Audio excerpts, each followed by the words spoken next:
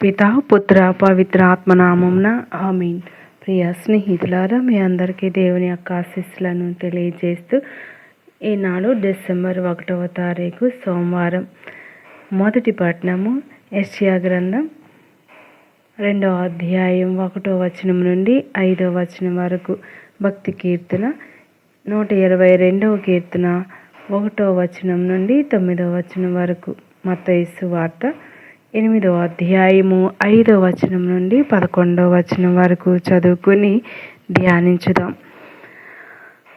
యేసు కపెర్నౌములో ప్రవేశించుచుండగా శతాధిపతి ఒకడు ఆయనను సమీపించి, ప్రభు, నా ఇంట సేవకుడొకడు పక్షవాతంతో విపరీతమైన బాధపడుచు మంచం పట్టి ఉన్నాడు అని తెలుపగా, నేను వచ్చి వాణ్ణి స్వస్థపరుతును అని యేసు ఆ శతాధిపతితో పలికెను.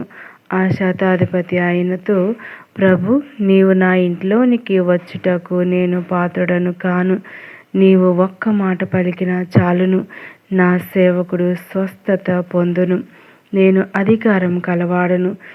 నా ఆధీనమందున్న ఏ సైనికుడునైనా నేను రమ్ము అని నా వచ్చును, పొమ్ము అని నా పోవును.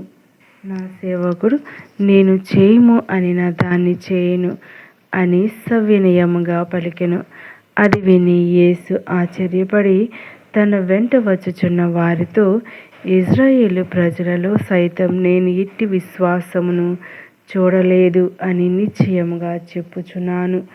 తూర్పు పడమరల నుండి అనేకులు వచ్చి పరలోక రాజ్యమందున్న అబ్రహాము, ఇస్సాకు, యాకోబు పంక్తిలో కూర్చుందురు. ఇది ప్రభు వాక్కు. సర్వేశ్వరునికి వందనములు. ప్రియ స్నేహితులారా, మరి ఈనాడు యొక్క వాక్యాన్ని మనం ధ్యానిస్తుండగా ప్రభు మనతో ముచ్చటించేటువంటి విషయం ఏమిటి అనగా, ప్రభు, మీరు నా ఇంట రావలసిన అవసరం లేదు, మీరు మాట మాత్రమే చెప్పండి, నా సేవకుడు స్వస్థపడును అని గొప్ప విశ్వాసంతో మరి శతాధిపతి పలకటం మనం ధ్యానిస్తూ ఉన్నాం. 1వది, వినయమే విశ్వాసానికి పునాది అని ప్రభు తెలియజేస్తూ ఉన్నాడు. శతాధిపతి సంపన్నుడు, అధికారవంతుడు, రోమా సైన్యంలో ఉన్నత స్థాయి వ్యక్తి అయిన యేసు ముందు పూర్తిగా వంగిపోయి తాను అర్హుడను కాదని చెప్పాడు. నిజమైన విశ్వాసం ఉన్న చోట అహంకారం ఉండదు. ప్రభువుకు దగ్గర కావాలంటే వినయం అవసరం. 2వ పాయింట్, దేవుని వాక్యం నాకు శక్తి ఉంది, మాట మాత్రమే చెప్పండి అని శతాధిపతి నమ్మాడు. దేవుని వాక్యానికి జీవం ఉంది. అది దూరాన్ని, పరిస్థితులను, అడ్డంకులను దాటి పనిచేస్తుంది. మన జీవితంలో కూడా యేసు వాక్యాన్ని నమ్మినప్పుడు చీకటి తొలగిపోతుంది, వాక్యం ఫలిస్తుంది, వ్యాధి తగ్గుతుంది, శాంతి లభిస్తుంది. 3వది, దేవుడు మన హృదయాన్ని చూస్తాడు, మన నేపథ్యాన్ని కాదు. శతాధిపతి యూదుడు కాదు, ఇజ్రాయేలు సాంప్రదాయం నుండి రాలేదు. అయినా యేసు అతని విశ్వాసాన్ని చూసి చెప్తాడు, ఇంత గొప్ప విశ్వాసం ఇజ్రాయేలు వంశస్థుల్లోనూ నేను చూడలేదు. ఇది మనకు చెప్పేది, దేవునికి ముఖ్యం మన జాతి, స్థానం, పదవి కాదు, మన హృదయం మరియు విశ్వాసం. 4, విశ్వాసం ఉన్నవారు దేవుని రాజ్యంలో స్థానం పొందుతారు. యేసు చివరిలో చెప్పినట్లు తూర్పు పశ్చిమ దిక్కుల నుండి అనేకులు వచ్చి పరలోక రాజ్యంలో భాగస్వాములు అవుతారు. విశ్వాసం మనలను దేవుని దగ్గరకు తెస్తుంది. ఈ యొక్క సారాంశం ఏమిటి అనగా, వినయంతో వచ్చిన వారిని యేసు ఎన్నడూ తిరస్కరించలేదు. ఆయన వాక్యానికి శక్తి ఉంది.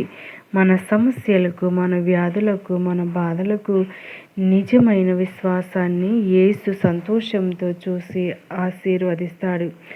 ఈరోజు మనం కూడా శతాధిపతి లాంటి విశ్వాసంతో దేవునితో ఉండాలి. ప్రభు, మాట మాత్రమే చెప్పండి, నా జీవితం మారిపోతుంది అని. ప్రియ స్నేహితులారా, మరి ఈరోజు మనం యేసు చెప్పిన ఒక విశేషమైన సంఘటన, పరిస్థితి, యేసును వెతుక్కుని వచ్చిన అధికారవంతుడు. యేసు కపెర్నహూము పట్టణంలోకి వచ్చినప్పుడు ఒక శతాధిపతి ఆయన వద్దకు వచ్చి ఇలా అడుగుతాడు, ప్రభు, నా సేవకుడు పక్షవాతం పట్టి ఇంట్లో బాధపడుతూ ఉన్నాడు. అతను సామాన్య మనిషి కాదు, రోమా సామ్రాజ్యంలో ఉన్న అధికారి. అయినా తన బాధను యేసు ముందు పెట్టడానికి వెనకాడలేదు. తన సేవకుడి కోసం వచ్చిన కరుణగల హృదయుడు. ఇది మనకు నేర్పేది.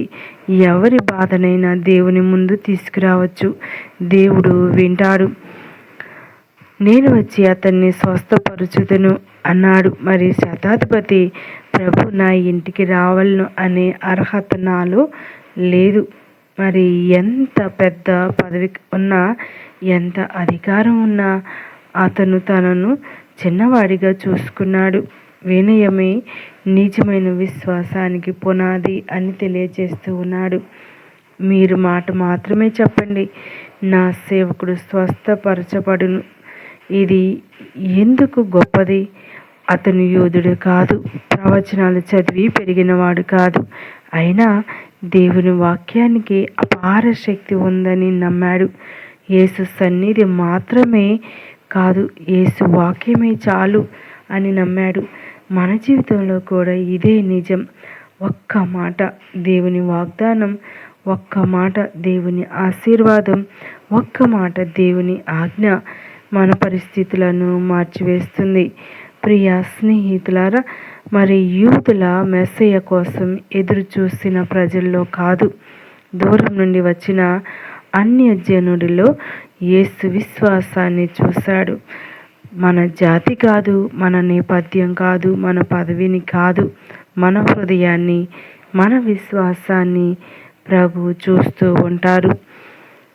ప్రియ దేవుని బిడ్డలారా, మరి ఈ యొక్క అహంకారంతో కాదు, తనలో అర్హత లేదని చెప్పిన శతాధిపతిలా మనం కూడా మన జీవితాలని వినయ విధేయతలతో మలచుకుందాం. దేవుని పట్ల అపారమైన విశ్వాసాన్ని కలిగి ఉందాం. మరి మనకు అనేక సార్లు అనేక అడ్డంకులు వచ్చినప్పటికీ కూడా దేవుడు మనతో ఉన్నాడు.